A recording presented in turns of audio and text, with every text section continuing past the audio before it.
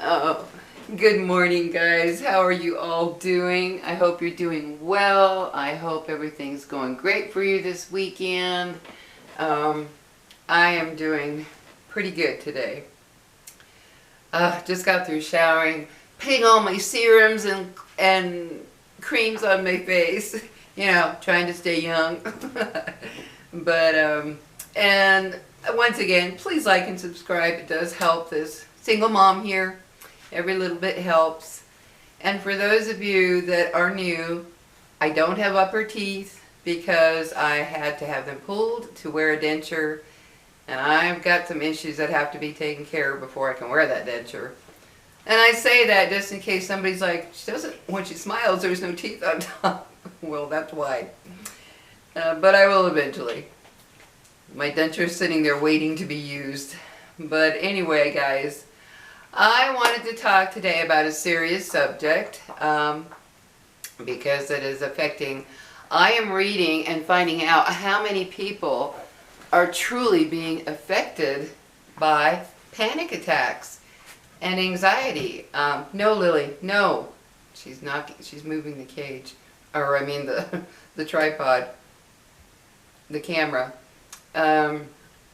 No, Lily, she's licking the tripod. No, baby. God, this crazy girl. Oh my goodness. Okay, back to the subject. Say good morning. Say good morning, Lily. Say good morning. Oh yeah, say good morning. Yeah, she's my girl. Yeah. I want to talk about this because I'm reading and seeing more things about how many people are struggling with panic attacks. And man, it makes me wonder what's causing all of this. You know, the state of our world, just trying to survive from paycheck to paycheck for most people. Worrying about so much financially, worrying about relationships, you name it. It seems like relationships are, I don't know, not like they used to be. Nobody wants to really be committed. I'm seeing a lot, reading a lot about people who they think they've got the one, they move in together, and a matter of months later it's over. You know, I mean, I don't know what's causing all of this, but I wanted to talk about it because it is such a serious subject. I know from experience. I had one Christmas night of 2022 that was horrific. It was so bad. I actually passed out. My son Nathan was with me when it happened, thank goodness. And he said I went from completely freaking out to actually just passing out in bed. Yeah. And it affected, it wasn't just that night there was a panic attack. I only have had the one that night. But it left me with what's known as chronic anxiety. So it's a very serious issue. And there are people who have panic attacks on a regular basis, which I can't even imagine because that would be devastating to me. And this, guys, for those of you that know people that are going through this, who do have panic attacks, it's a very, very serious thing. It's not something to take lightly, and it's not something that they can just get rid of. In some cases, some people are able to work through it quicker, and other cases they're not. Because with a panic attack, you can have another panic attack worrying about having another panic attack. That can actually cause you to have one. So it's like a never-ending cycle that's very difficult to live with. And after I had that panic attack, I was afraid to do anything. Even just driving to my doctor, it took me 2 weeks to see a doctor after I had that. 2 weeks to see him. And just driving there, I'm not kidding you, I was biting, no baby, I was biting down so hard on my teeth, you know, clenching my teeth, because I was in such a horrific state of anxiety. I mean, I was literally just like, oh my God, it was terrible. And I don't, a lot of people don't understand that it affects you in so many ways. It's not just that night that you have the attack. It can lead into a whole bunch of other nerve and emotional issues that a lot of people don't understand. In my case, I do have the chronic anxiety, but not like I did right afterwards. Right after I had the panic attack, I was literally shaking every day. I mean, physically shaking all the time. All the time. The only thing that helped me was when I was on the Xanax at that time. That's the only way I was able to sleep at night, was I would take that Xanax. And then I took it 3 times a day. It was a very low dose, 1 milligram a day. But if it weren't for that, I was like this, guys. I'm not lying. I would go to get something to drink, and I would be like this. It was bad. And so, thankfully, the Xanax brought me out of that stage a bit, and then I eventually weaned myself off. But guys, panic attacks are terrifying. If you haven't had one, it is the most terrifying feeling in the world. You can't breathe. Your heart feels like it's going to come right out of your chest. You're shaking. You're terrified. You feel like you're going to die any moment. It's the most horrendous, horrendous feeling. I am telling you, when that happened to me that night, I didn't know what was happening to me. My son did, because he knows people, or at the time I think he said he had a friend who suffers from panic attacks. So he knew what was happening to me, thank goodness. And he was able to stay with me and hold my hands and just stay with me while I was laying in bed. I was freaking out. It's a terrifying feeling, absolutely terrifying. And then after that, I kept worrying that I was going to have another one. Thankfully, I didn't. But that worry was there. All I was thinking afterwards was, oh my God, what's going to happen to me? For those 2 weeks before I got to the doctor, every moment of every day I was worried I was going to have another one. And thankfully, the Xanax took that worry away. But it was terrible, guys. It was absolutely terrible. It is terrifying to suffer panic attacks. It affects your entire body, your entire thinking process. It is awful. And for those of you that are experiencing it right, in your life now, you're having them here and there, man, my heart goes out to you, because they are just the worst things ever. And in my case, I was lucky that the Xanax did the trick for me. It helped me with the panic attacks not coming back. It helped me with the anxiety, to where I was able to, after a while I just did not like what the Xanax was doing to me. It was causing me to get more depressed, actually. So I was very happy to get off of it. But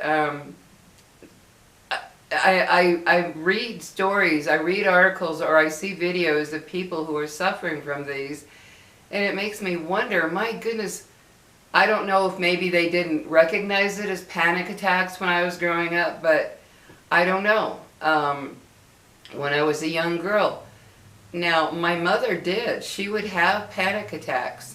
I remember going to the house and I'd ask my dad, well, where's Mom? She's in bed. She had another one of her things, he would say. And little did I know back then that they were panic attacks. And she would take Valium. She would take a Valium when she had those. And then she'd be fine till whenever. But she would have them repeatedly. Not close together, but she would have them. I don't remember that when I was younger. Maybe she did and I just wasn't aware. But it makes me wonder, so many people are suffering from panic attacks and anxiety. And I believe it has a lot to do with the state of the world and the way the world is now. It's rush, rush, rush. Work till you drop, You can't afford to survive unless you work till you drop. Go, go, go, go. Rush, rush, rush. Everything's rush. Everything's get involved with this, get involved with that. Do this, do that. Well, we're not supposed to live like that. We're not supposed to live like that. And I believe that has a lot to do with it. I mean, the family dynamics, both people working, would which leads to stress on the part of the one who is working and who's not working. They both, the one who is not working outside of the home and the one who is working outside of the home, they're both struggling. It's just a go fast-paced world, and then we're made to feel like people are influenced by, oh, you should be living this way, you should be living that way, you should have this by now, you should. Well, a lot of people are happy with very little in their lives, very little. I don't have a lot. I'm definitely not wealthy by any means, in any way, shape, or form. I have enough to live on to take care of my needs. I'm in a rental home, which for me right now is perfect because anything that goes wrong, my landlord is good enough to always take care of. I have a good landlord, and I see the stress. I mean, it's nothing but stress. It's go, buy, have. You got to do this. You got to do that. You got to work yourself to death to have that nicer home, the cars, the this, that. Work yourself to death. And I believe a lot of that has to do with the stress and anxiety and the panic attack situation, because it is such a fast-paced, gotta-have world, or else you're not. If you're not in a really nice home and driving a really nice car and having really nice things in your home and involved in all the kinds of stuff, oh, well, you're just a failure. No, you're not. There are people who are very content. I'm very happy in my little house. It may not be mine, but I'm very happy in it. It's a little 3-bedroom, 1-bath, kitchen, living room area. It's a small home with a garage. But I'm happy in it because, number one, it's all I need for just me. And the only thing I don't like is the yards, because they're not landscaped. They got a lot of weeds. But other than that, I'm happy. It's an old home. It was built in '64, so it's an old home. But the interior is well kept up, so it's not like it's this place where everything's all, falling apart. The only thing it could use is some new doors, your bedroom doors and your bathroom door, that type of thing, closet doors. I do wish it had new doors, but that's no big deal. I can polish over them with that what is it called? The dark colored oil for wood. I can't think of it right now, but I have done that before while I polish over them, and they look great. They look good enough. But these panic attacks and this anxiety, people, I was reading how people in the millions are on some kind of anti-anxiety or antidepressant drug. And that more and more people are turning to pot, to marijuana, to help them get through their days, which a lot of people are finding that works better for them in the long term than all these benzo drugs. I used to have a neighbor who used to be on pot every day because he had a lot of pain. He was suffering from an accident he had, and the other type of drugs were destroying him. So he turned to pot, and it helped him in every way. He's no longer here. He passed on from COVID. And I'm telling you, I look at the state of the world, and it's no wonder that, we're constantly being bombarded in the news. We have news 24/7 now, whereas before it used to be 10 o'clock at night and that was it. We're bombarded by the bad news around the world with every single solitary person. This happened to Mrs. So-and-so, Mr. So-and-so. This happened to their 5-year-old. This happened, it's all, and the wars and everything. It's non-stop bombardment of bad news, which I'm sure affects everybody's psyche. And I was reading how millions upon millions are on benzos. They're on some kind of benzo. And antidepressants, which it's sad that that's what we have to do to get through this life. It's very, very sad that our lives, that the world is so stressful and so full of BS that people are saying, I can't get through another day unless I have my pill. I can't do it. And I think that's really sad. And panic attacks, guys, if you know somebody who suffers with them, please be patient and kind and understanding of what they're going through. It's not something they can just say, well, I don't want that anymore. It takes work. It takes a lot of psychological work to try to work through all of these and get rid of them. And some people just can't. It's part of their nature. Gotta have my tea. But it's part of their nature. So try to be understanding and compassionate and have empathy for people who are going through this, because it is very, very difficult to suffer with panic attacks. That one was horrific. I can't imagine going through it on a regular basis. So anyway, guys, my camera's ready to cut off. You guys take care. Thank you for being here. I appreciate all of you and all your comments. Thank you from the bottom of my heart. You guys have a good weekend. Take care and help those that are going through panic attacks and anxiety. Be there for them. It's a tough road to be on. Take care, guys.